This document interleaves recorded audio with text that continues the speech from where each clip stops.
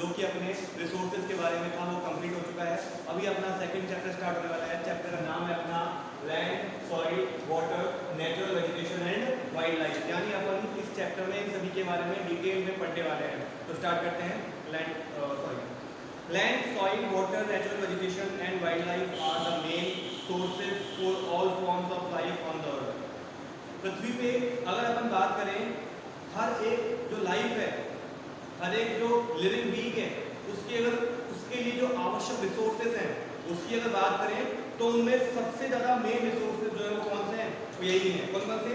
Land, soil, water, natural vegetation and wild life. We need to understand the uses and limitation. अपन को क्या करना होगा? इन resources के जो यूजेस हैं वो समझने होंगे, इनके जो लिमिटेशंस हैं वो भी अपन को समझनी होंगी, and the various methods to conserve them. और साथ ही साथ हमको अलग अलग जो मेथड है ताकि हम इनको कंजर्व कर सकें, इनको बचा सकें, संरक्षित रख सकें, वो भी हमको समझना होगा। तो पहला है अपना land. The most important resource on the earth is land. पृथ्वी पे सबसे ज़्यादा इम्पोर्टेंट जो रिसोर्स है हमारा वो कौन सा है? लैंड है। It is covering nearly 30% of the earth surface. और जो लैंड है इसने अर्थ पे करीब 30% सरफेस को कवर किया हुआ है। Out of which only a small area is inhabitable. और इस 30% में से भी बहुत कम एरिया ही ऐसा है जहाँ पे लोग रहते हैं या फिर जो रहने के योग्य है। Nearly 1/3 area is habitable and rest of the region is not habitable. लगभग 1/3 जो एरिया है वही रहने के लायक है, और जो बचा हुआ एरिया है वो रहने के लायक नहीं है। There is an uneven distribution of population and habitable land area due to the following factors. अब पृथ्वी पे भी क्या है ना कि जो डिस्ट्रीब्यूशन है पॉपुलेशन का वो कैसा है? वो अलग अलग है रहने के हिसाब से। अब उसके लिए भी कुछ फैक्टर्स काम करते हैं कि क्यों कहीं पे यानी कि अलग अलग जगहों पे अलग अलग जो है डिस्ट्रीब्यूशन है। तो पढ़ते हैं उनके बारे में। पहला है variation in characteristics of land climate.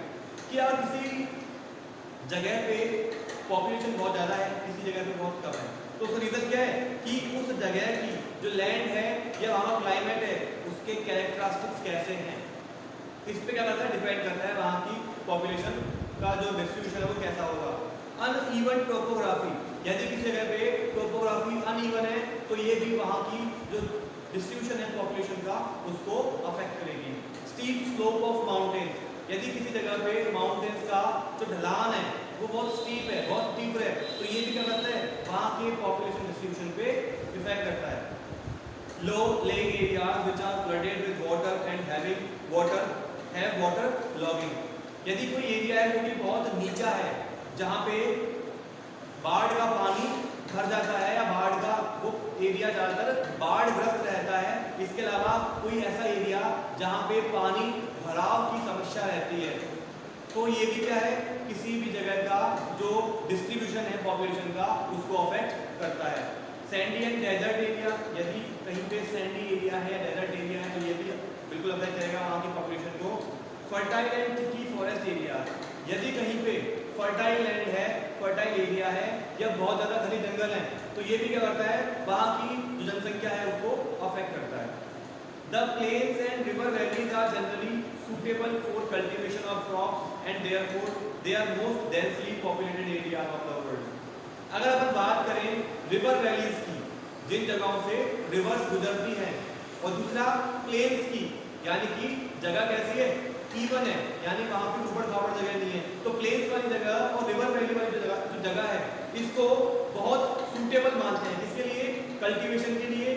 साथ ही साथ वहाँ पे हर एक चीज़ पॉसिबल है, कंस्ट्रक्शन पॉसिबल है, कल्टीवेशन पॉसिबल है, इसके अलावा वहाँ पे जो इंडस्ट्रीज है तो डेवलपमेंट पॉसिबल है, हर एक चीज़ पॉसिबल है वहाँ पे। तो इस वजह से क्या होता है? ऐसी जगहों पे, कैसी जगह? जो रिवर वैलीज है या प्लेन्स है वहाँ पे जनसंख्या ज़्यादा निवास करती है। On the other hand the thick forest, desert, high mountains and places having unfavourable climatic conditions are sparsely populated. जबकि इसके विपरीत अगर बात की जाए कि यदि कहीं पे थिक फॉरेस्ट है, बहुत घने घने जंगल हैं, या फिर डेजर्ट वाला एरिया है, या फिर हाई माउंटेनियस रीजन है, या फिर ऐसे प्लेसेस हैं जो कि क्लाइमेट के लिए अनफेवरेबल हैं, तो ऐसी जगहों पे हमें बहुत ही छिटपुट दिखता है, यानी कि बहुत कम लोग वहाँ पे रहते हैं और लोग रहना भी कम ही पसंद करते हैं वहाँ पे। तो लैंड यूज के बारे में अपन अभी समझते हैं। The most important natural resource found on the earth is land. पृथ्वी पे जो सबसे इंपॉर्टेंट जो रिसोर्स हमें मिलता है, नेचुरल रिसोर्स, वो कौन सा है? वो है land. Land can be use for various purposes such as agriculture, constructing factories, houses, making roads, airport, laying railway tracks, mining and setting up industries. अब जो लैंड का अपन यूज करते हैं वो अपन अलग अलग पर्पज के लिए कर सकते हैं, जैसे कि एग्रीकल्चर के लिए अपन कर सकते हैं, कंस्ट्रक्टिंग फैक्ट्रीज यानी फैक्ट्री बनानी है अपन को, तो अपन उसके लिए भी लैंड का यूज करते हैं, हाउसेस के लिए करते हैं, रोड बनाने के लिए करते हैं, एयरपोर्ट वगैरह डेवलप करने के लिए करते हैं, रेलवे लाइन बिछाने के लिए भी करते हैं, माइनिंग के लिए करते हैं और इंडस्ट्रीज को सेटअप करने के लिए भी अपन लैंड का ही यूज करते हैं। This is commonly term as land use. और इस चीज को ही अपन सामान्यतया किस नाम से जानते हैं? लैंड यूज के नाम से जानते हैं। There are various factors that determine the use of land such as climate, soil type, topography, availability of minerals and water. अब किसी जगह की लैंड को जो यूज करना है वो सब कुछ फैक्टर्स पे डिपेंड करता है। तो फैक्टर्स कौन कौन से हैं? वहाँ का क्लाइमेट कैसा है, वहाँ की सॉइल किस टाइप की है, वहाँ की टोपोग्राफी किस टाइप की है, और वहाँ पे मिनरल्स या जो वाटर वगैरह है उसकी अवेलेबिलिटी कैसी है। इन सभी फैक्टर्स पे डिपेंड करता है कि वहाँ की लैंड को किस तरीके से यूज किया जाना है। Besides these geographical factors, certain human factors such as government policies, technological development, etc. play a very important role in determining the land use pattern. अब जो अपन ने कुछ फैक्टर्स पढ़ लिए, इसके अलावा भी कुछ ज्योग्राफिकल फैक्टर्स भी होते हैं, जैसे कि गवर्नमेंट की पॉलिसीज क्या है उस जगह को लेकर के, वहाँ पे टेक्नोलॉजिकल डेवलपमेंट कैसा है, साथ ही साथ इस टाइप की जो भी ज्योग्राफिकल फैक्टर्स हैं वो भी क्या करते हैं, वो भी लैंड यूज को डिटरमाइन करने में अपना इंपॉर्टेंट योगदान देते हैं। On the basis of the ownership of land it can be divided into two types, private land and community land. अब यदि अपन बात करें ओनरशिप के आधार पे, तो अपन जो लैंड है उसको दो भागों में डिवाइड कर सकते हैं। पहला तो है प्राइवेट लैंड और दूसरा है कम्युनिटी लैंड। तो प्राइवेट लैंड कौन सा होता है?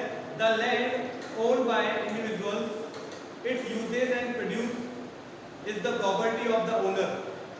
यानी कि ऐसे लैंड, ऐसी जमीन जिसको किसी व्यक्ति विशेष के द्वारा होल्ड किया जाता है, ओन किया जाता है, और तो और इसका जो यूज कर रहे हैं वो ओनर ही कर रहा है, उसी को अपन बोलते हैं प्राइवेट लैंड।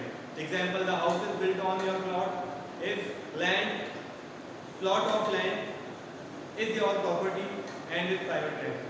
एग्जाम्पल के लिए अपन देख सकते हैं कि हमारा घर जिस प्लॉट पे बना हुआ है वह हमारी क्या है? वह हमारी प्राइवेट प्रॉपर्टी है। अगला है community land, the land which is not owned by an individual but by community. यानी कि ऐसी लैंड जो कि किसी एक व्यक्ति विशेष के द्वारा ओन नहीं की जाती है, जबकि पूरा समुदाय जो है उसके द्वारा उसको ओन किया जाता है। This land is commonly used for recreation, parks, shopping centres, hospitals, schools etcetera. और जो इस टाइप की लैंड होती है उसका अपन यूज किस लिए करते हैं? पार्क बनाने के लिए, शॉपिंग सेंटर बनाने के लिए, हॉस्पिटल्स बनाने के लिए और स्कूल्स वगैरह बनाने के लिए। यानी कि ऐसे काम में यूज लेते हैं ताकि वह सबके ही काम भी आ जाए। This community land is also called common property resource.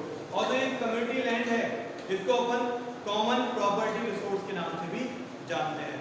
Example के लिए the club, community centers are some of the community land whose benefits are enjoyed by a large number of people, therefore it is also known as the common property resource। Example की बात करें अपन तो club वगैरह होते हैं या फिर कोई भी कम्युनिटी सेंटर है, तो ये क्या होगा? यह पूरी की पूरी कम्युनिटी के द्वारा यूज किया जाता है और उसका बेनिफिट उठाया जाता है, और इसीलिए अपन इसको क्या बोलते हैं? कॉमन प्रॉपर्टी रिसोर्स बोलते हैं। तो आज के लिए इतना ही, बाकी बढ़ते हैं कल। Thank you.